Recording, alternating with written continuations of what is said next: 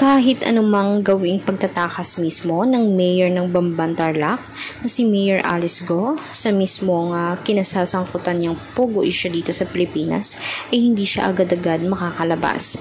Gayon pa man inaamin natin na kahit pa paano umano ay gumaan ang kanyang kaso dahil na rin umano sa mga sumusuportang tao sa kanya behind her back na talaga namang maganda umanong ehemplo o naging maganda siyang mayor sa Tarlac kung kaya naging maunlad ang kanyang mga kabaranggayan dahil din umano sa kanya.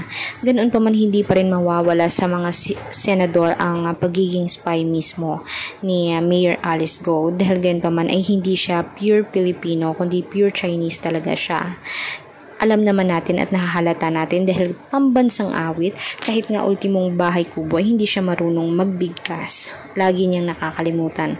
Dapat naman talaga isa lang din itong lawyer niya na kasama niya palagi dahil siya talaga ang nagtatakip kay Mayor Alice Go. Pero itong mayor na ito ay pure Filipino ito Pero kung titingnan natin, malaking bayad sa kanya nitong si Mayor Alice Go at ang pamilya ni Mayor.